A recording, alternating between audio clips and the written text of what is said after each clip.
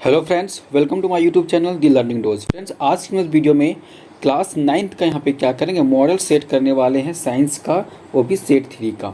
तो फ्रेंड्स, अगर आपके चैनल में नहीं है तो चैनल को सब्सक्राइब जरूर कर लीजिएगा, क्योंकि मैं इस चैनल में आप ही लोग से इंपॉर्टेंट वीडियो डालते रहता हूँ। और हाँ, अभी तक आप सेट 1 और सेट 2 का वीडियो नहीं देखें तो आप उसे भी जाके देख सकते हैं, मैंने उसका लिंक डिस्क्रिप्शन बॉक्स में दे रखा है। तो चलिए वीडियो को शुरू करते हैं। देखिए यहाँ पे क्वेश्चन नंबर 1 क्या बोल रहा है, इसका बोला देखिए, 1 वाट को परिभाषित कीजिए, हॉर्स पावर और वाट के बीच में संबंध भी बताइए। देखिए ये क्या बोल रहा है कि 1 वाट को भी आपको इसका परिभाषित करना है कि और हॉर्स पावर और वाट के बीच में क्या संबंध है, ये आपको बताना है। तो चलिए हम लोग इसका देखते हैं आंसर। देखिए क्या होता है कि जब 1 सेकेंड में 1 जूल कार्य किया जाता है तो कार्य करने की दर या ऊर्जा व्यय करने की दर को हम लोग यहाँ पे 1 वाट कहते हैं। देखिए फ्रेंड्स, 1 वाट अगर आपको डिफाइन करने के लिए बोलेगा तो आपको देखिए इसको आप इसको ऐसे भी यहाँ पे लिख सकते हैं कि 1 वाट इक्वल टू क्या होता है, 1 जूल बटा 1 सेकेंड। और देखिए आपको यहाँ पे रिलेशन पूछा था, इसका संबंध पूछा था हॉर्स पावर और वाट के बीच में। तो देखिए एक हॉर्स पावर के बराबर कितना होता है, 746 वाट होता है। तो आप इसे याद रखिएगा। ये चलिए अगला क्वेश्चन की ओर चलते हैं, क्वेश्चन नंबर 2। देखिए क्वेश्चन नंबर 2 क्या बोल रहा है कि ध्वनि तरंगों को आंतरिक तरंगे क्यों कहते हैं, ये आपको बताना है। तो देखिए ध्वनि तरंग को हम लोग आंतरिक तरंग क्यों कहेंगे, इसका आंसर देखते हैं हम लोग। देखिए फ्रेंड्स, जो ध्वनि तरंग होता है वो क्या होता है कि आंतरिक तरंग हम लोग इसलिए कहते हैं क्योंकि उसको आगे बढ़ने के लिए क्या होता है कि माध्यम की आवश्यकता होता है। माध्यम क्या होता है, जैसे कि आपका हो सकता है ठोस हो जाए, तरल हो जाएगा, और गैस में जब तक इसमें माध्यम नहीं होगा तो ये क्या करेगा, आगे बढ़ ही नहीं सकता है।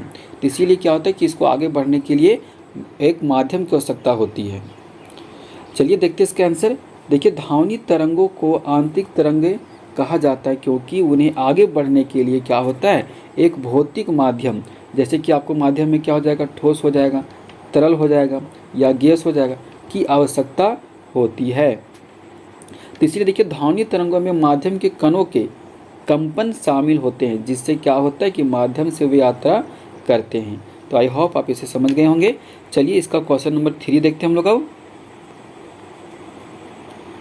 देखिए क्वेश्चन नंबर 3 में आपको क्या बोला कि जो S8 है, मतलब कि इसका मोलर द्रव्यमान आपको ज्ञात करना है। S8 का मोलर द्रव्यमान चलिए हम लोग निकालते हैं। देखिए यहाँ पे सल्फर कितना 8 है, तो हम लोग 8 को इसको क्या करेंगे, 32 से इंटू कर देंगे, तो ये कितना आ जाएगा हमारा 256 ग्राम हो जाएगा। यही हमारा इसका मोलर द्रव्यमान हो जाएगा, किसका, S8 का। अगला क्वेश्चन देखते हैं, क्वेश्चन नंबर 4 कि 1 यू हाइड्रोजन तथा 1 ग्राम हाइड्रोजन में परमाणुओं की संख्या कितनी होगी, ये आपको बताना है। तो चलिए इसको देखते हैं।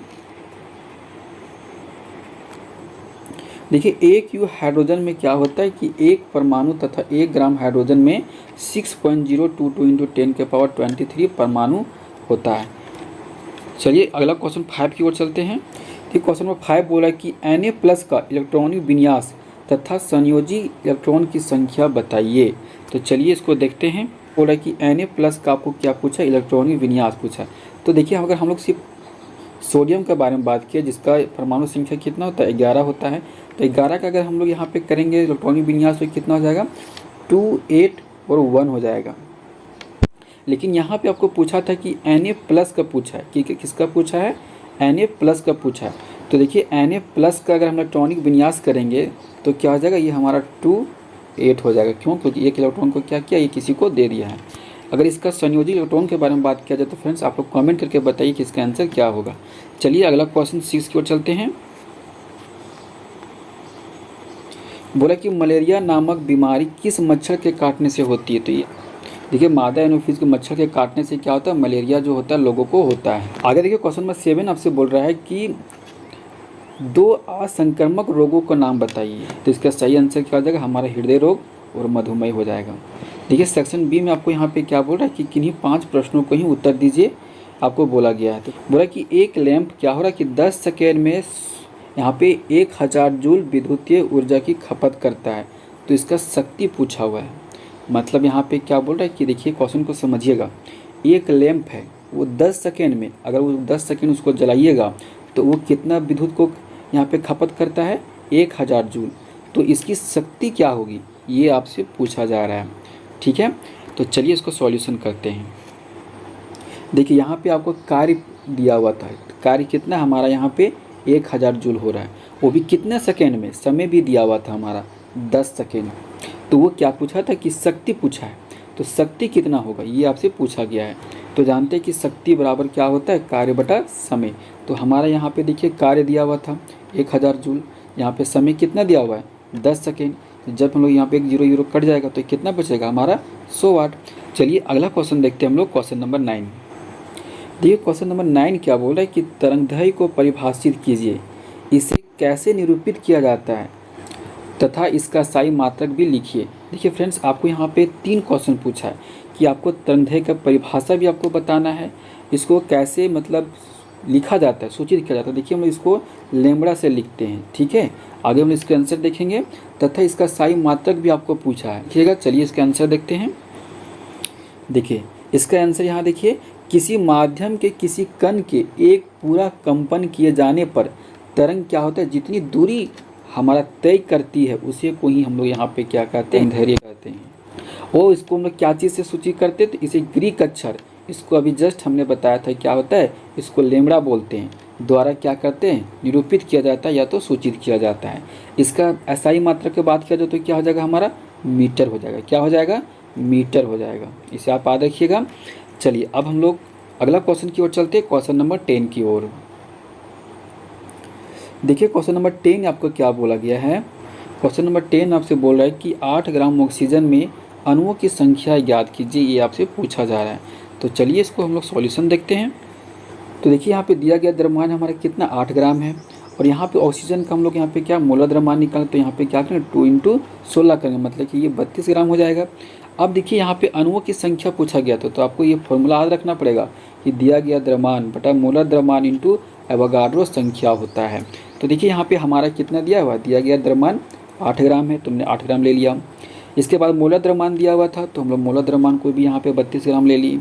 एवोगाड्रो संख्या आप लोग जानते हैं कितना होता है, 6.022 × 10⁻23। एक बार मेरे साथ भी रिपीट कीजिए, कितना होता है 6.022 × 10⁻23। अब देखिए क्या करेंगे, यहाँ पे इसको क्या करेंगे, डिवाइड करेंगे। तो ये 8 से कट जाएगा, 8 × 1 = 8, 8 × 4 = 32। तो यहाँ पे 1/4 होगा, और यहाँ पे कितना का 6.022 × 10⁻23। अब देखिए इसको क्या करेंगे हम लोग यहाँ पे डिवाइड करेंगे। तो जब इसको हम लोग यहाँ पे डिवाइड करेंगे तो देखिए ये तो हमारा एज इट इज़ रह जाएगा, मतलब जैसे का तैसा ही रह जाएगा। इसके बाद हम लोग सिर्फ इसको डिवाइड करेंगे 6.022, देखिए 6.022 को हम लोग यहाँ पे क्या करेंगे 4 से डिवाइड करेंगे, तो ये हमारा कितना आ जाएगा 1.505 × 10⁻23। इसका हमारा आंसर हो जाएगा।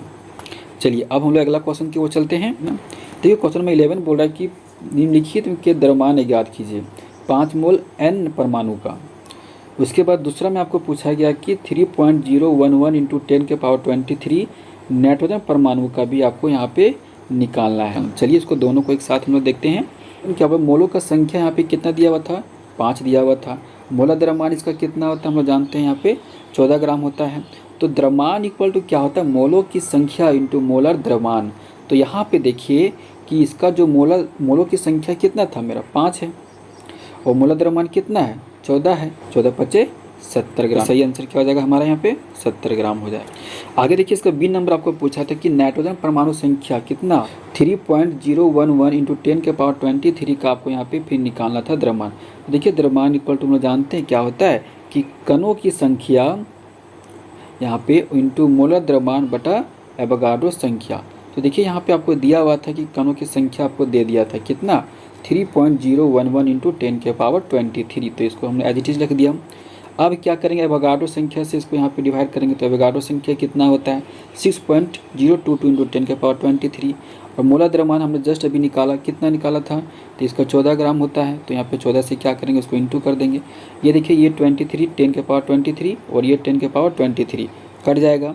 जब इसको डिवाइड करेंगे तो ये कितना होगा हमारे यहाँ पे 1/2 आएगा, और यहाँ पे इंटू कर देंगे 14 से। अब देखिए ये 2 से क्या करेगा, मेरा कट जाएगा 14 कितने बार में 7 ग्राम। तो इसका सही आंसर क्या हो जाएगा हमारा यहाँ पे 7 ग्राम, इसका सही आंसर हो जाएगा।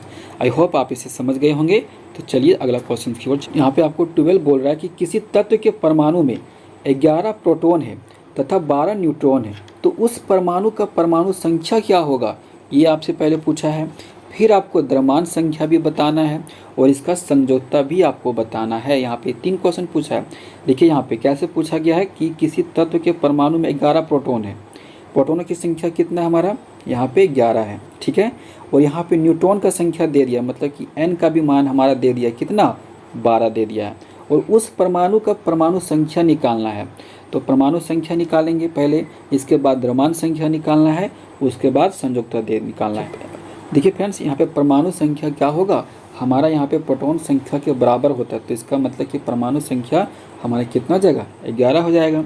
अब द्रव्यमान संख्या निकालना है, तो द्रव्यमान संख्या इक्वल टू क्या होता है, प्रोटॉन प्लस न्यूट्रॉन होता है। तो प्रोटॉन कितना दिया हुआ था हमारा, 11, और यहाँ पे न्यूट्रॉन कितना दिया हुआ था, 12। तो जब जोड़ेंगे तो कितना हो जाएगा, यहाँ पे 23 हो जाएगा। तो इसका यहाँ पे द्रव्यमान संख्या कितना हो जाएगा हमारे यहाँ पे, 23 हो जाएगा। अब देखिए इसका इलेक्ट्रॉनिक विन्यास आपको पूछा गया था। तो इसका इलेक्ट्रॉनिक विन्यास क्या होगा, 11 का, तो इसका क्या होगा, 2, 8 और 1 होगा। तो इसका यहाँ पे 2, 8, 1 इसका सही आंसर। संयोजकता पूछा गया है, तो यहाँ देखिए बाहर में कितना है, 1 है। तो इसका मतलब संयोजकता कितना हो जाएगा इसका, यहाँ पे 1 हो जाएगा। चलिए अगला क्वेश्चन की ओर चलते हैं हम लोग। अब देखिए अगला क्वेश्चन नंबर 13 क्या बोला कि ओजोन परत क्या है, ये आपको बताना है। इसके परत में क्या होता है कि छिद्र होने के क्या क्या कारण है, ये भी आपको बताना है। देखिए फ्रेंड्स, ओजोन परत क्या होता है कि ये हमारा क्या करता है, जो सूर्य से पराबैंगनी किरणें निकलता है, ये हम लोग को क्या करता है, उससे बचाता है। कि जब सूर्य का जो किरण है डायरेक्टली अगर हमारे शरीर में पहुंचेगा, हमारे शरीर में पड़ेगा, तो वो भी क्या होगा कि हमारा चर्म रोग जो होता है, जिसको हम लोग इसमें बोलते हैं स्किन डिजीज, भी होने का संभावना होता है। करता ये क्या करता है, जो भी पराबैंगनी किरण आता है उसको क्या करता है, फिल्टर करता है, और उसको बाद क्या करता है, फिल्टर करने के बाद हमारा क्या करता है, यहाँ पे पृथ्वी तक फिर वो पहुँचाता है। तो चलिए इसके आंसर देखते हैं। ओजोन परत क्या, तो पृथ्वी के वायुमंडल की एक परत है जिसमें ओजोन गैस की संघनता अपेक्षाकृत अधिक होता है। अब इसका देखिए अवक्षय होने का क्या क्या कारण है, तो ओजोन का यहाँ पे अवक्षय का प्रमुख कारण क्या है, क्लोरीन युक्त गैस जैसे कि CFC, इसको क्या बोलते हैं, CFC मतलब क्लोरोफ्लोरोकार्बन बोलते हैं, और संबंधित हैलो कार्बन की उपस्थिति। चलिए अब हम लोग अगला क्वेश्चन देखते हैं, क्वेश्चन नंबर 14। क्वेश्चन नंबर 14 बोल रहा है कि अच्छे स्वास्थ्य की आवश्यक स्थितियां बताइए, ये आपसे पूछा जा रहा है। तो देखिए क्या होगा, उचित आहार लेना पड़ेगा हम लोग को। अच्छे स्वास्थ्य को रखने के लिए हमें आवश्यक संतुलित पोषक तत्व जैसे कि प्रोटीन हो गया, विटामिन हो गया आदि युक्त संतुलित क्या करना होगा, आहार लेना होगा। इसके बाद भोजन खाने से पहले, शौचालय जाने के बाद भी हमारे हाथ क्या होना चाहिए, साबुन और पानी से अच्छी तरह से धोना चाहिए। और यहाँ पे देखिए जो भोजन है हम लोग का वो क्या, तो भोजन मक्खियों को और अन्य कीड़ों के भी पहुंच से दूर रखना चाहिए। तो यहाँ पे क्या हो गया, सेक्शन C पहुंच गए। तो सेक्शन C क्या बोल रहा है कि इसका पहला क्वेश्चन कि जब किसी वस्तु पर लगने वाला बल उसके विस्थापन की दिशा में हो तो किए गए कार्य का व्यंजक लिखिए। मतलब इसको फॉर्मूला पूछ रहा है। तो हम लोग जानते हैं कि क्या होता है कि कार्य इक्वल टू यहाँ पे बल इंटू विस्थापन होता है, मतलब कि W इक्वल टू FS होता है। लिए अगला क्वेश्चन इसका B नंबर देख लेते हैं। बोला 1100 किलो द्रव्यमान की एक कार 30 किलोमीटर प्रति घंटा के वेग से चल रही है, तो वेग को 60 किलोमीटर प्रति घंटा की बढ़ाने में किया गया कार्य ज्ञात कीजिए। ये आपसे पूछा जा रहा है, मतलब कि यहाँ भी आपको कार्य के बारे में पूछ रहा है। तो चलिए इसके आंसर देखते हैं।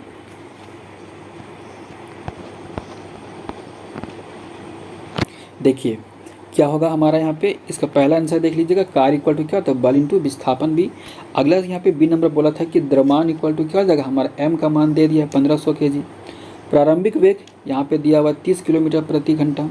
तो हम लोग पहले इसको क्या करेंगे, ये किलोमीटर में है, तो किलोमीटर को हम लोग सबसे पहले क्या करेंगे, मीटर प्रति सेकेंड में कन्वर्ट कर लेंगे। तो 5/18 से क्या करेंगे, इसको डिवाइड करेंगे। तो जब इसको हम लोग यहाँ पे डिवाइड करेंगे तो ये कितना हो जाएगा, 8.33 इसका मीटर पर सेकेंड आंसर आएगा। अब देखिए अंतिम वेग यहाँ पे कितना दिया हुआ था, अंतिम वेग पहले निकाल लेते हैं। तो 60 यहाँ पे क्या आ जाएगा, 60 को यहाँ पे 5/18 से इंटू कर लेंगे। क्यों, क्योंकि ये भी किलोमीटर में है, तो इसको मीटर पर सेकंड में कन्वर्ट कर लेंगे। तो ये कितना आ जाएगा, 16.67। तो हम लोग यहाँ पे क्या करेंगे, प्रारंभिक गति ऊर्जा को निकालेंगे पहले। तो इसका क्या हो जाएगा, हाफ mv² हो जाएगा। हाफ को यहाँ पे हाफ रखेंगे, m का मान यहाँ पे 1500, भी यहाँ पे दिया हुआ था कितना 8.33, तो इसको यहाँ पे 2 बार है, तो इसलिए 2 बार यहाँ पे एज इट इज लिख दिए। अब क्या करेंगे, इसको सॉल्यूशन करेंगे। तो जब सॉल्यूशन करेंगे तो यहाँ पे कितना जाएगा, 52041.6 8 यहाँ पे जूल इसका यहाँ पे प्रारंभिक गतिज ऊर्जा निकलेगा। इसी तरह से हमारा अंतिम गतिज ऊर्जा निकालेंगे तो इसका भी फॉर्मूला हाफ mv²। यहाँ पे हाफ m का मान 1500 दिया हुआ था, v का मान हमारा इसका निकाले थे कितना 16.67।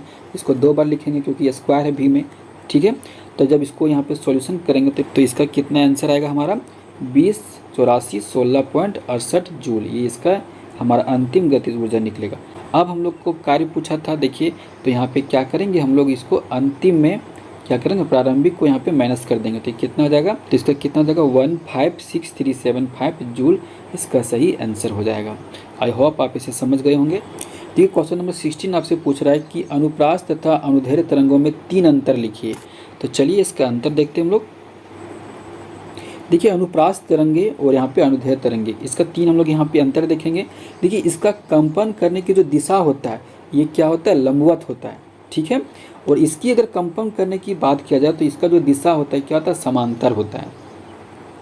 इसका दूसरा पॉइंट देखिए, यह केवल ठोस माध्यम में एवं द्रव के ऊपरी सतह पर ही उत्पन्न की जा सकती है, लेकिन ये क्या होगा, ये सभी माध्यम में हम लोग उत्पन्न किया जा सकता है। इसका तीसरा पॉइंट बोला कि यह क्रमशः श्रृंग और यहाँ पे गर्त उत्पन्न करते बढ़ती है, लेकिन यह क्रमशः संपीड़न विरलन उत्पन्न करते बढ़ती है।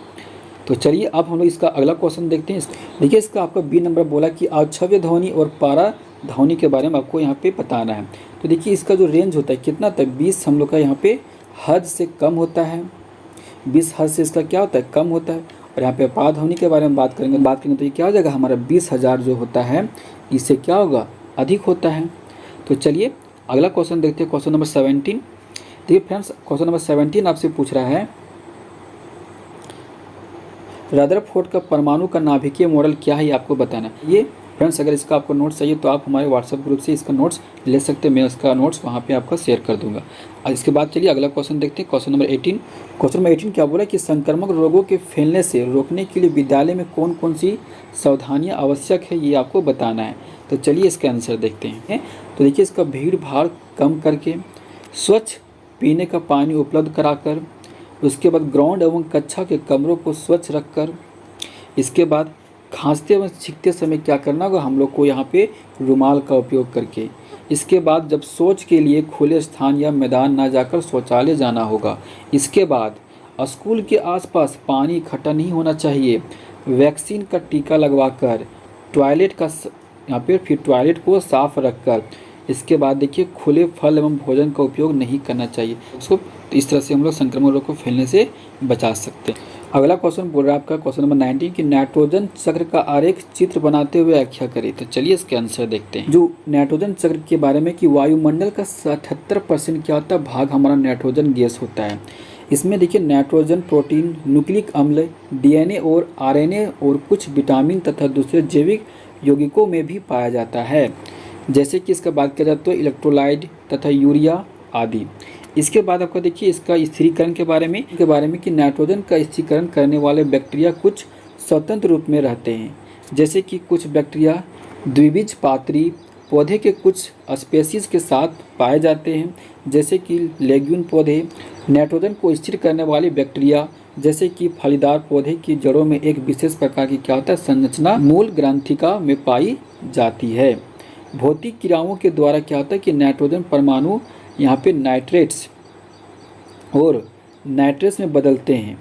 बिजली चमकने के दौरान क्या होता है कि हवा में पैदा हुआ उच्च ताप तथा दाब नाइट्रोजन को ऑक्साइड में बदल देता है, जो कि क्या होता है पानी H2O ऑक्साइड में क्या होता है घुलकर नाइट्रिक अम्ल बनाते हैं। वर्षा के साथ ये भूमि की सतह में क्या होता है कि गिरते हैं, जिसे हम लोग अम्ल वर्ष भी कहते हैं।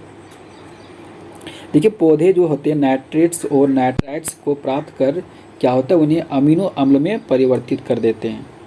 देखिए आप इसका फिगर दिया हुआ है, इस फिगर को देखिए और आप क्या कीजिएगा इसका फिगर को आप यहाँ पे एग्जाम में ड्रॉ कर लीजिएगा। फ्रेंड्स अगर आपको वीडियो अच्छा लगा हो तो लाइक शेयर एंड सब्सक्राइब जरूर करें। अगर चैनल में नहीं है तो चैनल को सब्सक्राइब जरूर कर लीजिएगा, क्योंकि मैं ये चैनल में आप ही लोगों से इंपॉर्टेंट वीडियो डालते रहता हूँ। मिलते अगले वीडियो में, तब तक के लिए जय हिंद जय भारत।